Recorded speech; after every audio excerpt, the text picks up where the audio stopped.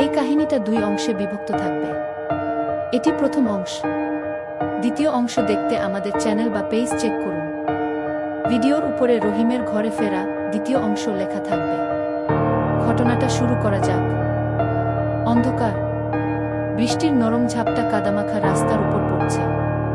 দূরে একটিমাত্র ম্লান রাস্তার আলো অনিয়মিতভাবে জ্বলছে আর নিভছে। ঢাকার প্রান্তিক এলাকার গলিগুলো এমনিতেই নিস্তব্ধ থাকে রাতে। রাস্তার পাশের ঘরগুলোতে অল্প আলো জ্বলছে, আর মাঝে মাঝে ভেসে আসছে কোনো কুকুরের দূরের ডাক। এই রাস্তাগুলোয় সাধারণত কেউ চলে না, বিশেষ করে এত রাতে। রহিম একজন সাধারণ যুবক, তার চাকরি থেকে বাড়ি ফিরছিল।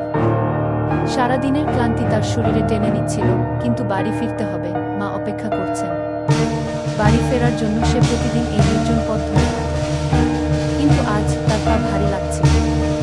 হঠাৎ একটি সাদা পুরনো গাড়ি তার সামনে এসে দাঁড়ায়। ধীরে ধীরে গাড়ির দরজা খুলে গেল এবং চারজন ইউনিফর্ম পরা লোক বেরিয়ে এল। রহিম প্রথমে ভেবেছিল কোনো সাহায্য লাগবে, কিন্তু তাদের চোখে এক অদ্ভুত মিষ্টি ছিল। এই তারা একজন পুলিশ অফিসার ধমকে উঠল। তাদের পায়ের বুট কাদার মধ্যে শব্দ করছে।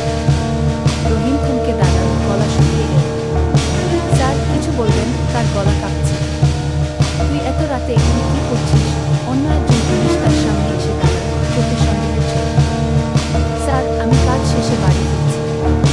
মা অসুস্থ, তার জন্য ওষুধ কিনে যাচ্ছি, রহিম কাঁপা গলায় বলল। তার শরীর যেন ভয় আর ক্লান্তিতে জমে গেছে। কিন্তু তারা রহিমের কথা শুনল না। তার ওষুধের ব্যাগটা এক অফিসার ছুঁড়ে ফেলে দিল।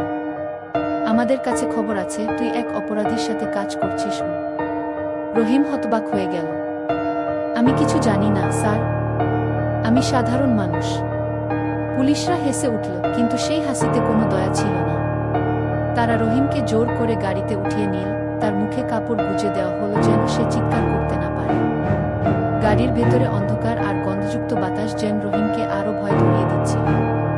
রহিমকে নিয়ে যাওয়া হলো একটা অজানা থানায়, শহরের এক দূরবর্তী প্রান্তে। সেখানে একটা ছোট স্যাঁতসেঁতে ঘরে তাকে ফেলে রাখা হলো। ঘরটার মেঝেতে শ্যাওলা জমেছে আর দেয়ালের গায়ে নখের আঁচড়ের দাগ। তুই কি জানিস তোর বিরুদ্ধে কি অভিযোগ? একজন মোটা দাড়িওয়ালা পুলিশ অফিসার তার দিকে এগিয়ে এল। তার মুখে কোনো রকমের সহানুভূতির ছাপ ছিল না। সে একটা লাঠি নিয়ে রহিমের সামনে দাঁড়াল, আর তার চোখে বিদ্বেষ। রহিম কাঁদো কাঁদো গলায় বলল, স্যার, আমি জানি না, আমি কিছু করিনি। পুলিশ অফিসারটা তার মুখের দিকে তাকাল আর হেসে বলল, তোর মতো অনেকেই বলে কিছু জানে। তুই বললেই বাঁচতে পারবি। তুই কি জানিস কার সাথে কথা বলছিস? সে রহিমের মুখে একটা থাপ্পড়। রহিমের গাল ফেটে গেল আর রক্ত বের হতে লাগল। স্যার, দয়া করুন, আমি সত্যিই কিছু জানি না। রহিমের চোখ দিয়ে অশ্রু ঝরছে। কিন্তু অফিসারগুলো যেন রক্তের গন্ধে আরো ক্ষিপ্ত হয়ে উঠল। একজন লাঠি নিয়ে রহিমের পায়ে আঘাত করতে শুরু করল। তার চিৎকারে ঘরটা কেঁপে উঠল, কিন্তু কেউ শুনতে পেল না। এ ধরনের আরও কাহিনী শুনতে ভিডিওতে লাইক দিন, পেজ ফলো করুন, সাবস্ক্রাইব করুন আর বন্ধুদের কাছে শেয়ার করুন।